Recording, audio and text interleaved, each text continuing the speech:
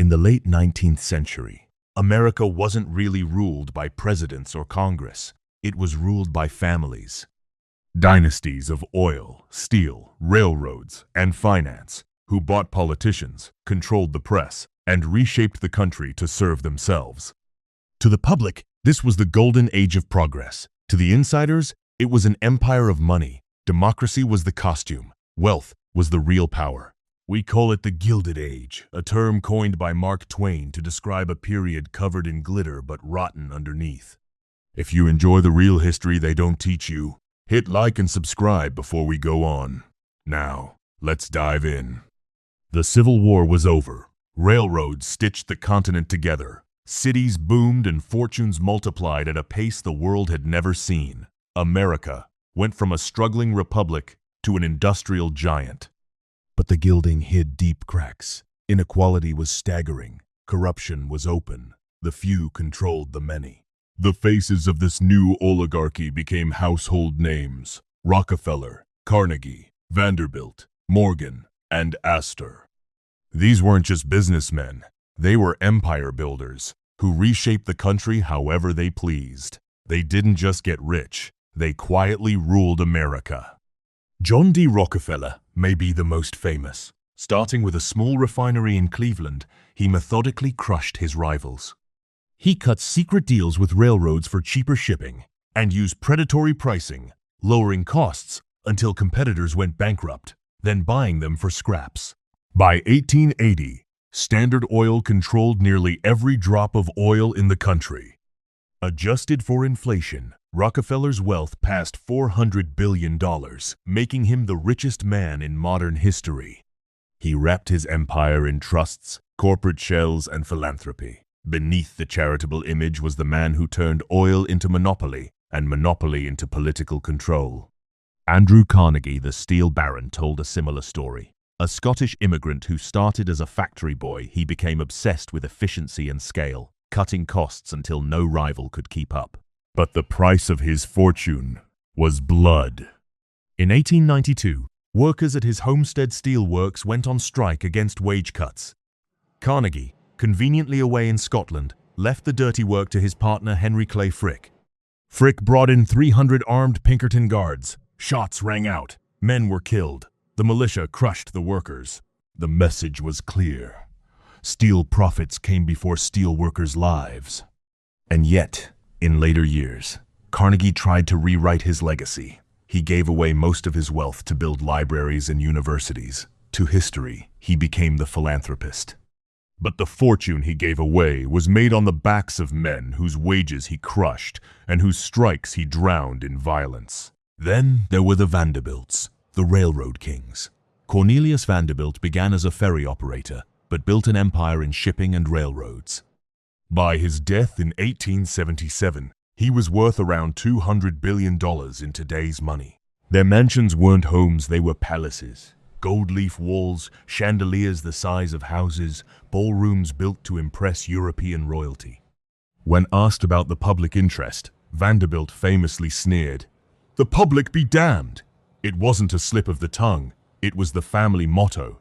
They lived above society, flaunting wealth so obscene it sparked resentment across the nation. But if Rockefeller monopolized oil and Vanderbilt ruled railroads, J.P. Morgan controlled money itself. He was the banker of bankers. In 1895, when the U.S. Treasury was running out of gold, Morgan personally arranged a loan of $65 million in gold to the government, bailing out the nation like it was his client. In 1907, during a financial panic, Morgan summoned the country's leading bankers to his library. He locked the doors and refused to let anyone leave until they agreed on a rescue plan. Morgan wasn't elected, but he had more influence over the economy than the president. That is what it means to quietly rule. Then there were the Astors, the landlords of New York. John Jacob Astor made his fortune in fur and real estate, buying up Manhattan when it was still farmland. Their name became a synonym for privilege. But their story would collide with history. In 1912, John Jacob Astor IV, one of the richest men in the world, boarded the Titanic, the pinnacle of Gilded Age luxury, marketed as unsinkable. the same way America's elite thought of their fortunes. But when the Titanic struck an iceberg and went down, Astor went with it. His young pregnant wife survived. But the image of the world's wealthiest man sinking with the unsinkable ship became a metaphor for the hubris of an entire era.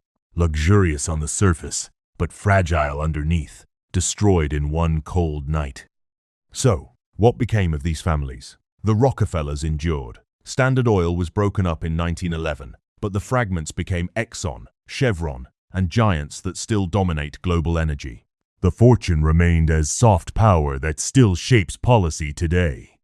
Carnegie sold his steel empire to J.P. Morgan in 1901 for $480 million, over $15 billion today. Then, he gave it away. More than 2,500 libraries, universities, institutions. His wealth didn't pass down, it passed out. His legacy is the philanthropy, not the family. The Vanderbilts became a cautionary tale. Cornelius built one of the greatest fortunes in history, but his heirs spent it with reckless extravagance. By the mid-20th century, it was gone. Journalist Anderson Cooper is a Vanderbilt, but he inherited none of it. Wealth rarely survives 3 generations. The Morgans lost their personal dynasty, but left something larger.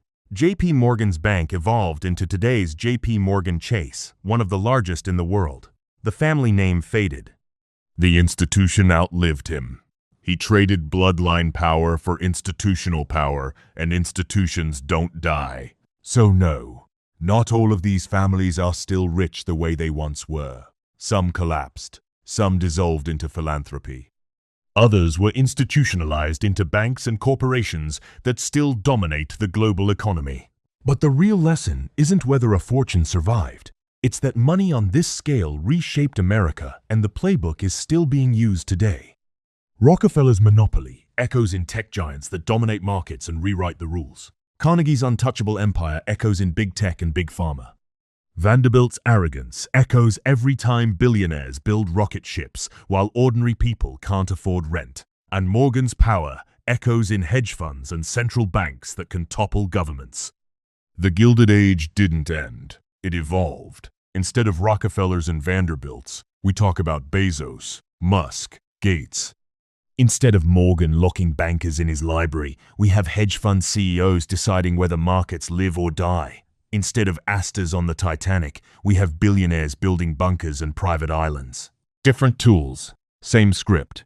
If you think democracy alone protects you from oligarchy, history says otherwise. In the Gilded Age, money ruled and government followed. Today, money still rules. It just wears a different mask. The lesson isn't just that wealth corrupts politics. It's that concentrated wealth is politics. When wealth holds that kind of power, democracy becomes decoration. History doesn't repeat, it compounds. The money and power of yesterday laid the foundation for the money and power of today. If you don't see how wealth rules, you'll mistake oligarchy for freedom. And that's the most dangerous illusion of all. Thank you for watching all the way to the end. If this gave you a new perspective on how money and power really work, hit like and subscribe, because history always has the answers. You just have to know where to look.